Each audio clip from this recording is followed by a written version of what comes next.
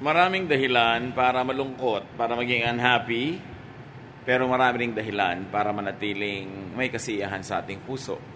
Kailangan nating matutunan how to be happy in the Lord in spite of many reasons to be unhappy. Lord, salamat sapagkat meron po kaming dahilan para maging maligaya sa kabila ng maraming tukso para kami ay lumungkot.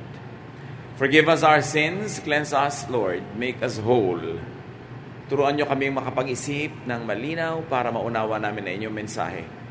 Kayo po ang maging tagapagsalita. Kasihan nyo kami na inyong Espiritu. Anoint all of us. Empower us.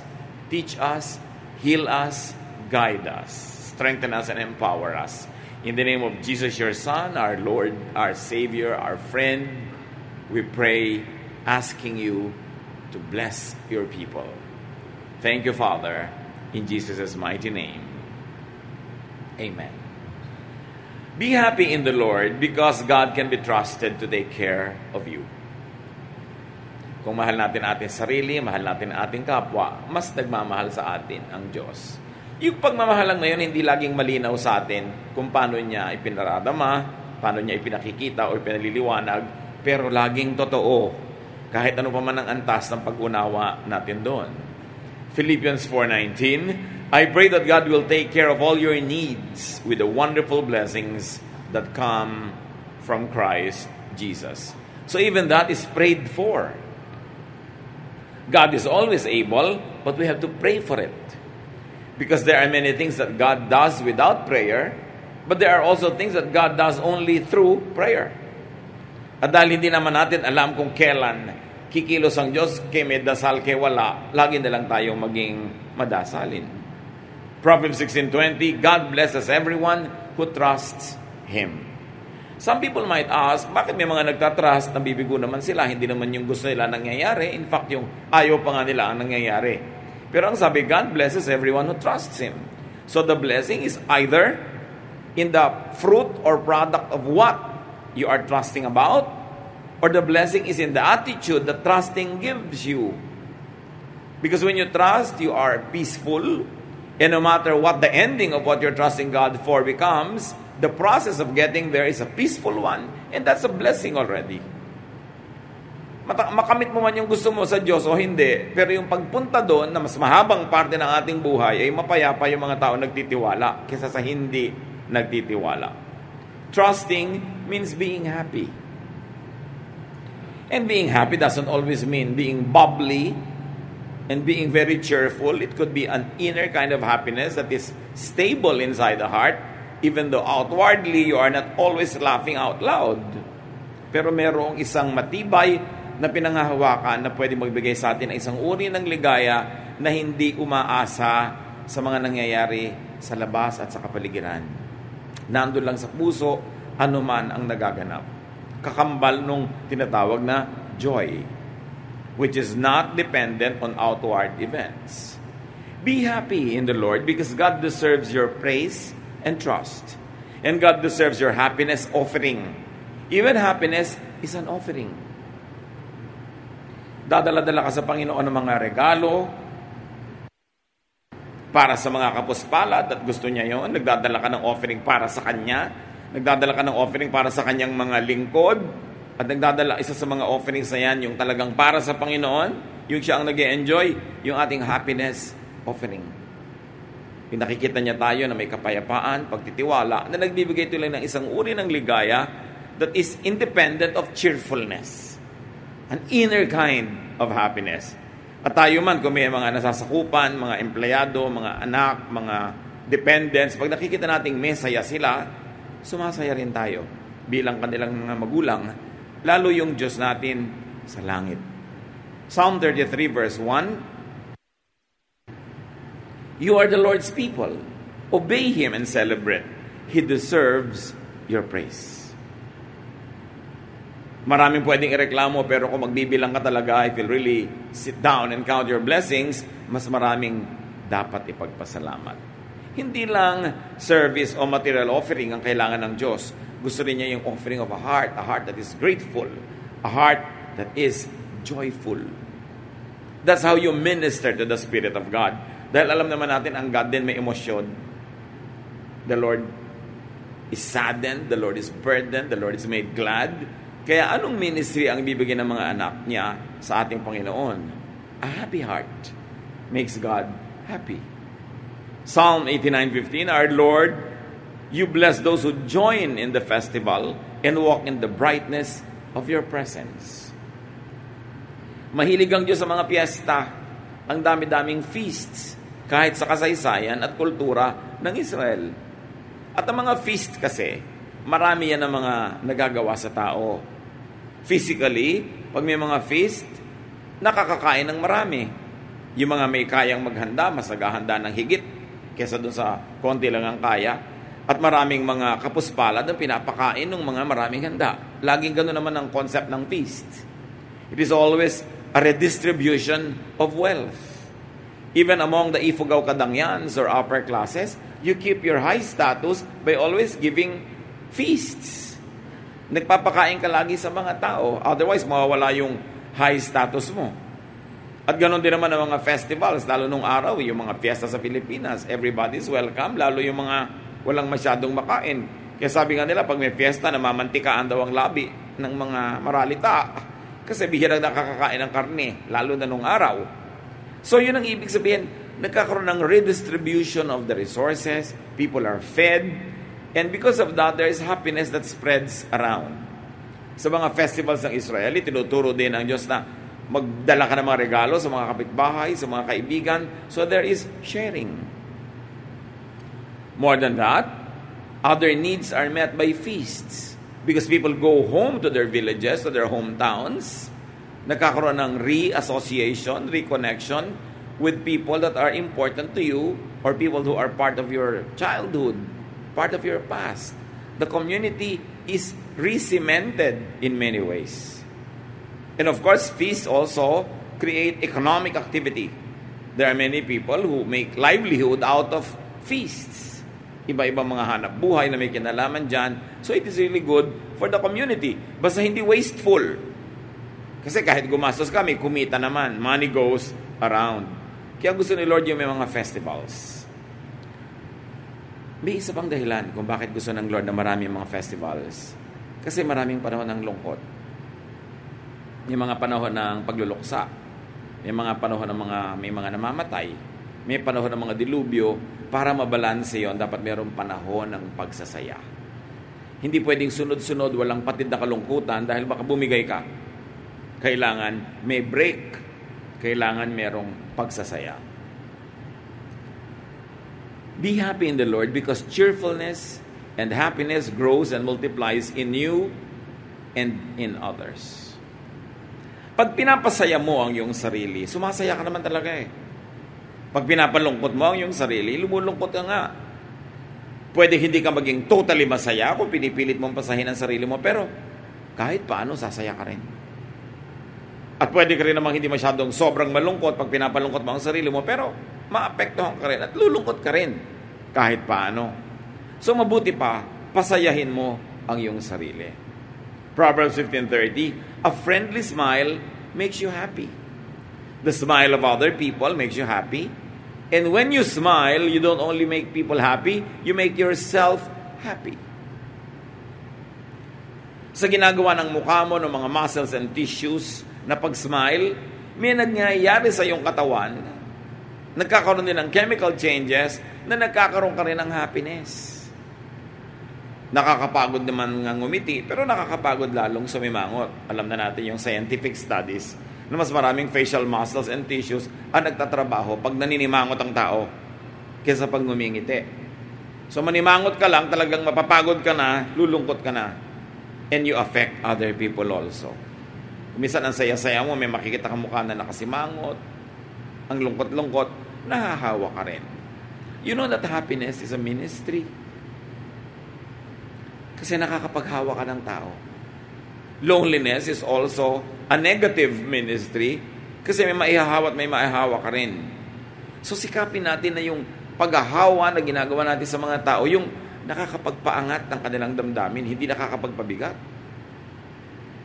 Be happy in the Lord because Jesus is victorious over the world and over your unhappiness. Don't behave like a loser. Because Jesus is victorious and His people are victorious with Him. John 16:33, I have told you this so that you might have peace in your hearts because of me. While you are in the world, you will have to suffer. But cheer up, I have defeated the world.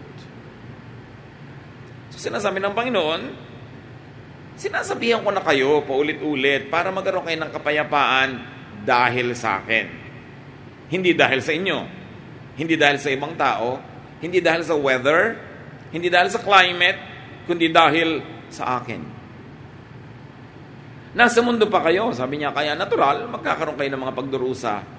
Pero magdiwang kayo dahil nagapi ko na ang mundo. Hindi niya sinasabing walang suffering. Niya meron.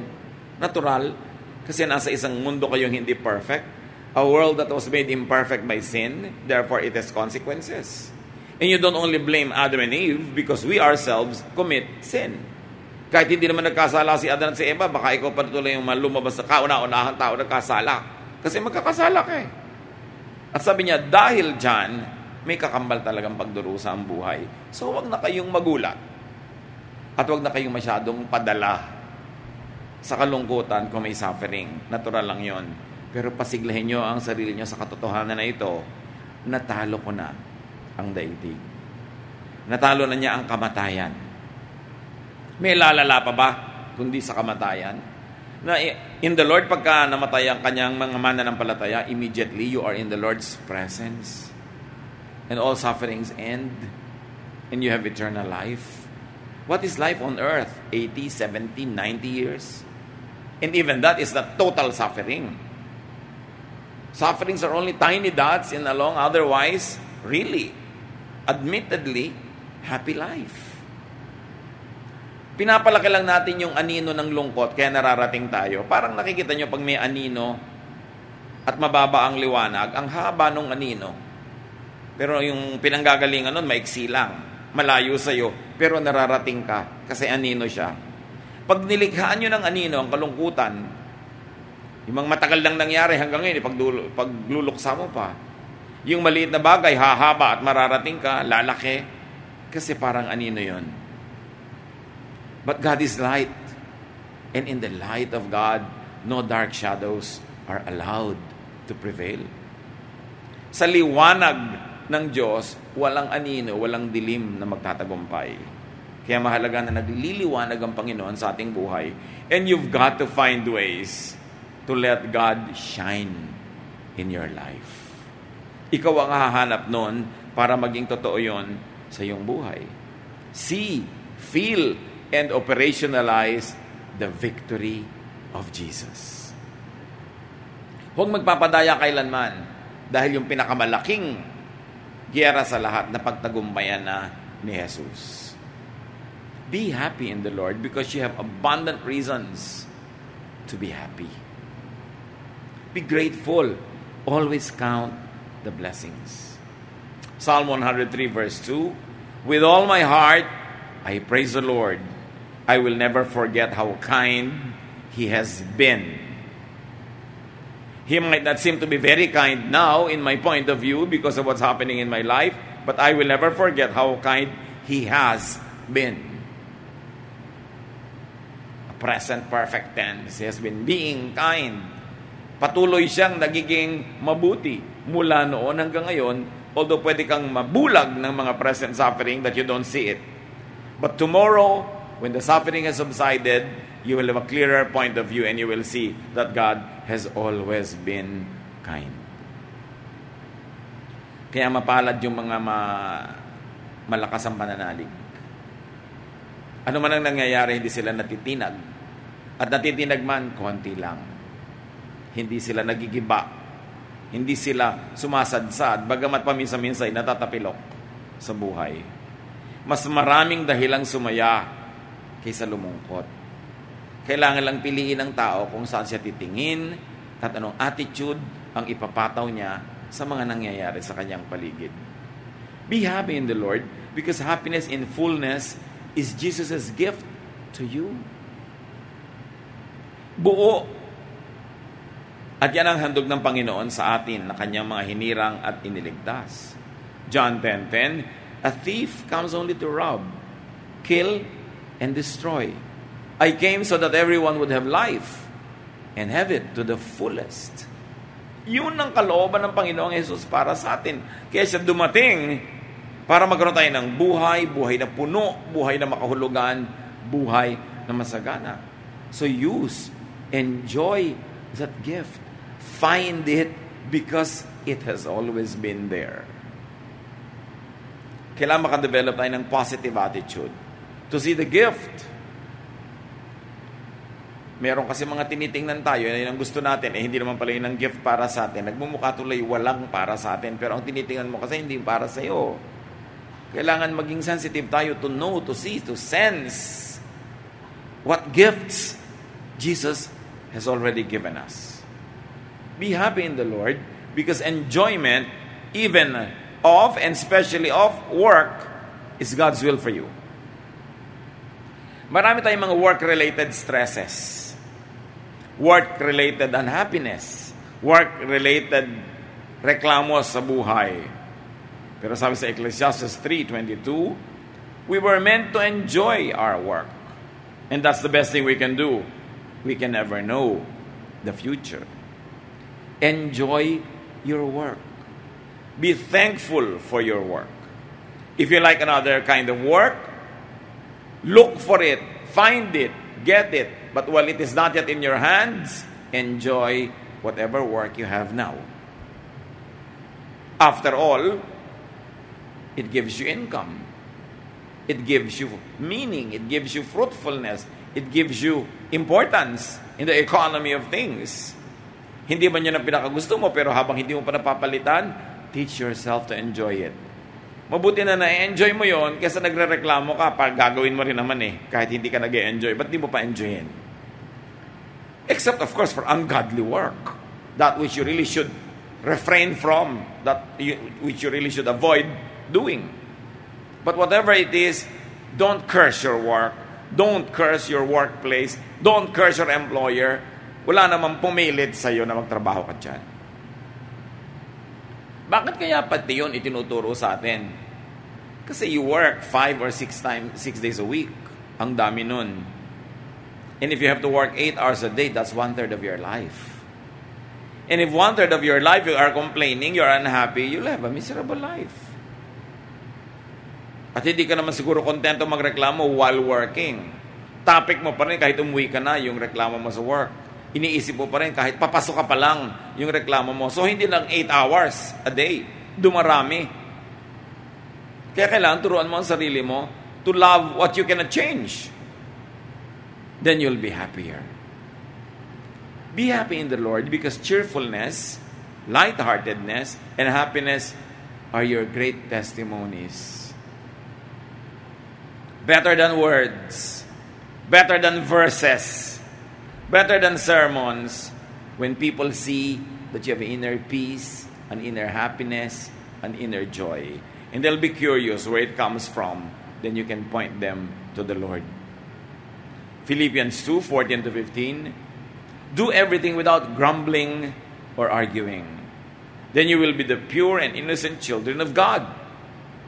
You live among the people who are crooked and evil, but you must not do anything that they can say is wrong. Try to shine as lights among the people of the world. So yan daw ang magandang testimony. Huwag kang reklamo ng reklamo. Naliligiran ka ng mga tao hindi makadiyos. Pero hindi ka rin dapat gumawa ng bagay na maipipintas nila sa'yo at masasabi nilang, yan ba? Ganyan ba? Ang nagsasabing meron siyang Diyos? Lagi ka nalang malungkot, lagi ka nagrereklamo, lagi ka nalang galit. Yan, sikapin nyo na magningning sa kapaligiran para ang mga tao makita ang liwanag ng Ama na nasa inyo. So, malaking ministry. Bisa nalulungkot-lungkot ka, pero huwag mo nang sabihin pa, huwag mo nang pahabain pa, huwag mo nang i-express pa physically, especially in your face. Kasi lalala. Yung lungkot kasi habang ina-entertain mo, yung lalong lulungkot siya. Dadami. Parang saya, pagka pinapasaya mo lalo, dadami rin yung saya. So, ano ang pinapadami mo sa iyong buhay? Colossians 3:23-24, do your work willingly, as though you were serving the Lord Himself, and not just your earthly master. In fact, the Lord Christ is the one you really are serving, and you know that He will reward you. Siyempre, ang talagang unang-unang level of meaning nito applied to Christian workers, to church workers. It says, always do your ministry willingly and lovingly as if you are serving the Lord. Because in fact, because that is ministry, you are really serving the Lord.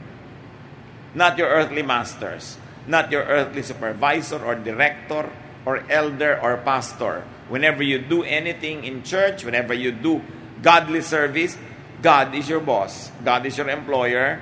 So don't be distracted by the human organization, peopled by humans. Look beyond them. You are there because you are serving God, not because of them, but because they are earthly leaders. They should be followed so that there's an organization. But it doesn't follow that you will always be happy with your leaders. When you serve God, when you serve in the ministry, it doesn't mean that you will always be led well, efficiently, nicely, because tao rin naman yung mga leader dyan.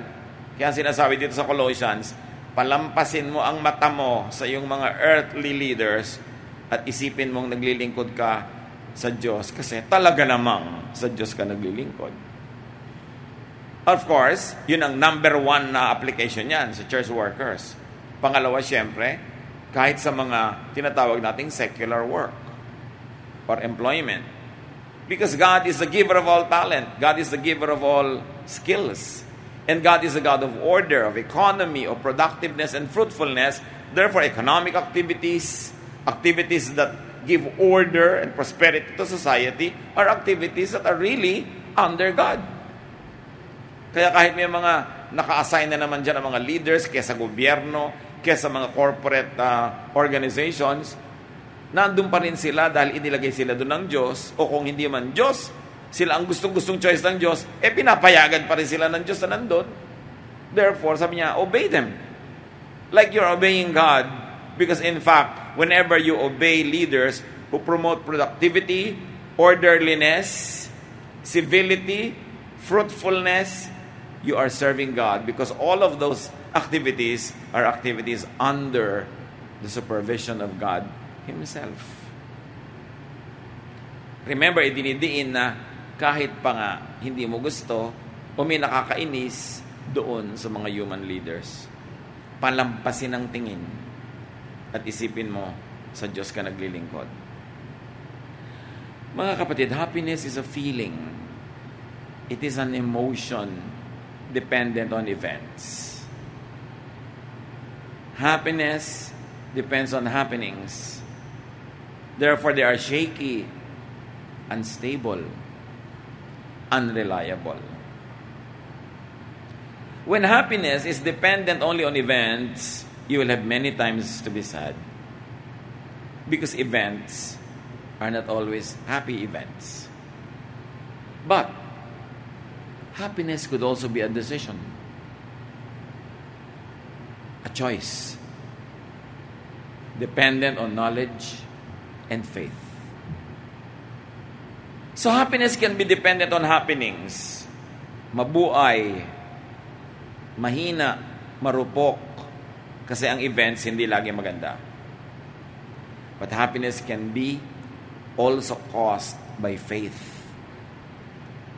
in God, by knowledge of God. Therefore, happiness can be a decision and a choice. Kung hindi ka pinasasaya ng event, gamitin mo ang iyong pananalig at gamitin mo ang karunungan mo tungkol sa Diyos at magpasya kang sumaya sa kabila ng event. Not because of the event, but in spite of the event. Kaya may nagsasabi, naku, birthday mo bukas, wag na lang nating ituloy kasi nasalanta ang bansa. Pero hindi naman po tayo nasalanta dito sa barangay natin. Hindi ba natin ito pwedeng ituloy? Kung naman nasalanta yung malayo, hindi ka na rin magsasaya. Ang gawin mo, magpadala ka na maitutulong, ipanalangin mo sila, pero magsaya ka. At least may natitirang masaya ng mga tao sa bayan para makapag-minister doon sa talagang mga malulungkot. Kung maglulungkot-lungkot ka na rin, baka mamaya isa ka na rin case.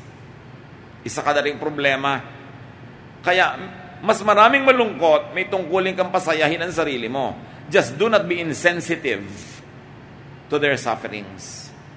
Huwag naman yung kakain kayo sa restaurant, isi-selfie picture mo pa, papakita mo pa kung gaano kasarap at ilalagay mo sa Facebook habang ang daming nagugutom. It's not a time para mag-display ng mga ganon. Pero, pwede mo namang gawin.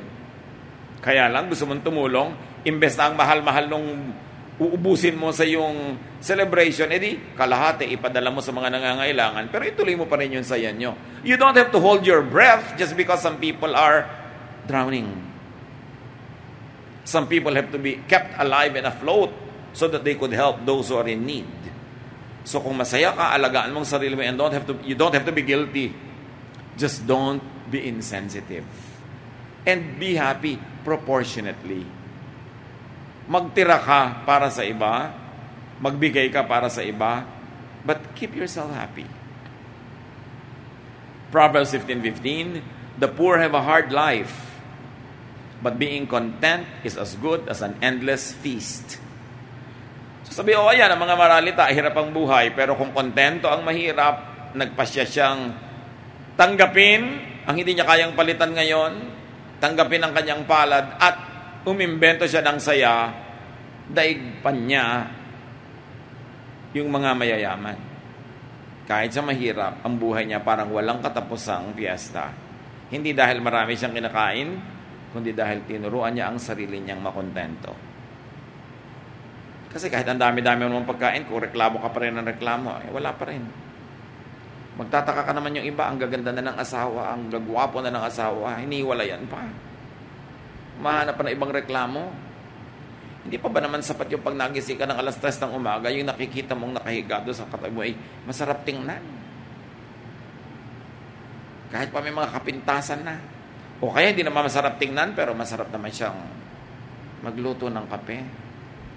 Hindi, sumaya ka na rin. Puro kape na lang ang isipin mo. Huwag mo na lang tingnan. Lagi ka namang may maipagpapasalamat. May mapupuri sa kapwa. Kahit anong sitwasyon mo, kung hahanap ka na ipagsasaya, meron. So ang kasiyahan, mga kapatid, hindi dependent on what you have. Dahil kung yun ay gano'n na totoo, dapat ang saya-saya na ng mayayaman. Dapat ang saya-saya na ng mga sikat. Dapat ang saya-saya na ng matatalino. Pero hindi yun yung nagpapasaya sa tao. Ang nagpapasaya sa tao, yung puso niya.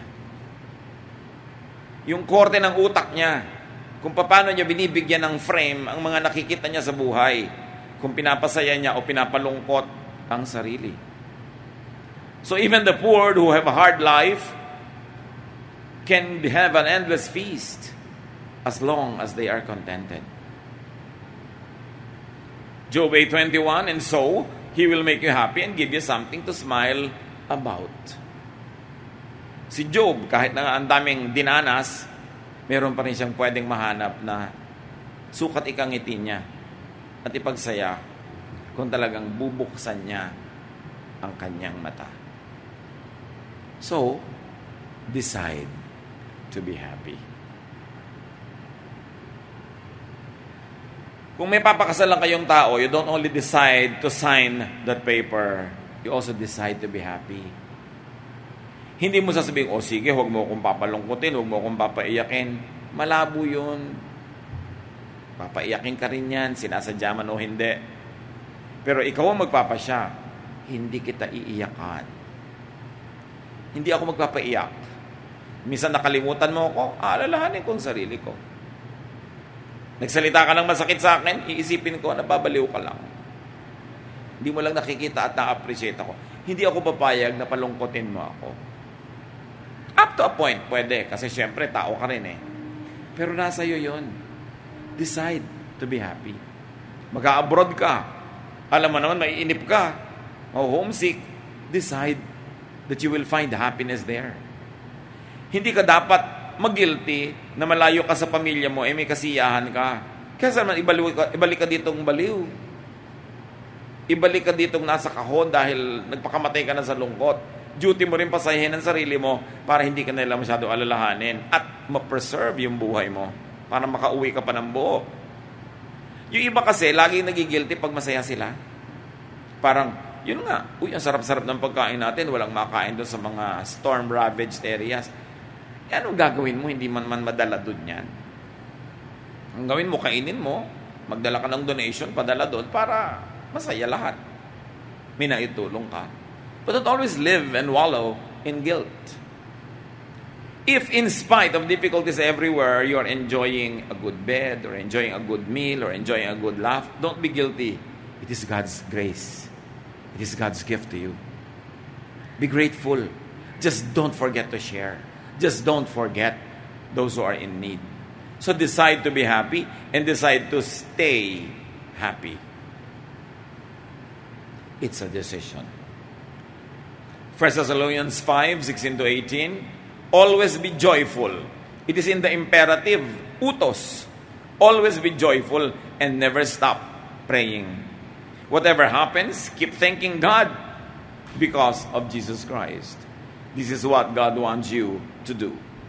Thank God for this life. And when you find so many reasons to complain about this life, thank God for the next life, which is longer, longest forever. May maipagpapasalamat ka pa rin. Habakkuk 3:18, but I will still celebrate because the Lord God saves me.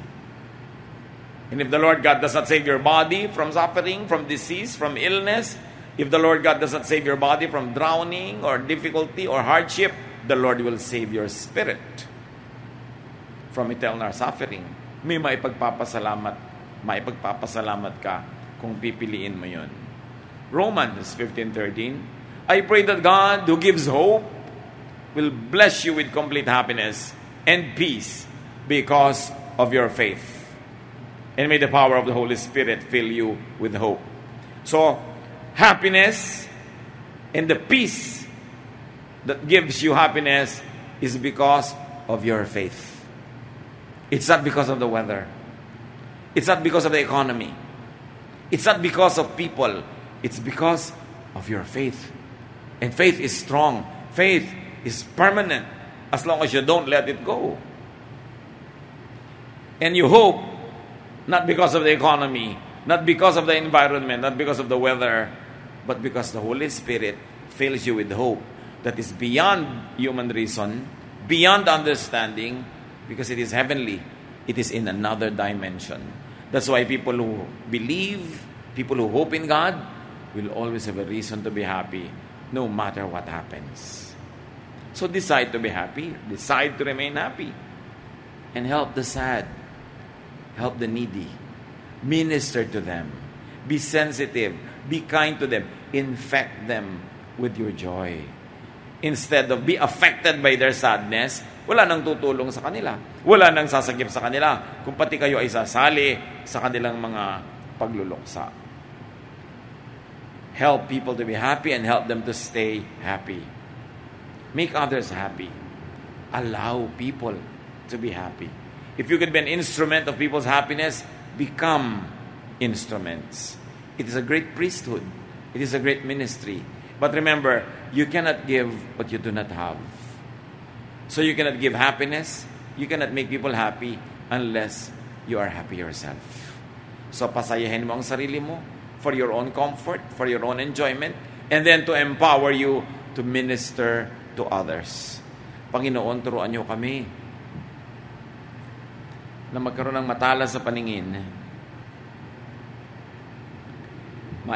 Makita namin maipagdiwang ang mga bagay na dapat ipagdiwang sa kabila ng mga dahilan na kabaligtaran ito. Turuan niyo kaming manalig sa inyo. Makita kayo. At kung hindi namin makita, sa limitado naming pananaw, maramdaman namin. At kung hindi namin maramdaman, mapaniwalaan ng aming espiritu ang dapat paniwalaan. Turuan mo kami na magkaroon ng katatagan. Maging buo ang aming loob sa pagharap ng mga bagay-bagay sa buhay na ito. At hanggat maaari, hindi lang kami mag-survive, kundi maging happy pa kami at makapagpasaya rin kami ng aming kapwa. Teach us how to make others happy, especially those who are close to us. Pagbulay-bulayan natin mga kapatid sa ilang saglit, manahimik tayo sa presensya ng Espiritu at paturo tayo sa Ama kung paano pa natin pasasayahin natin mga sarili at ang ating kapwa.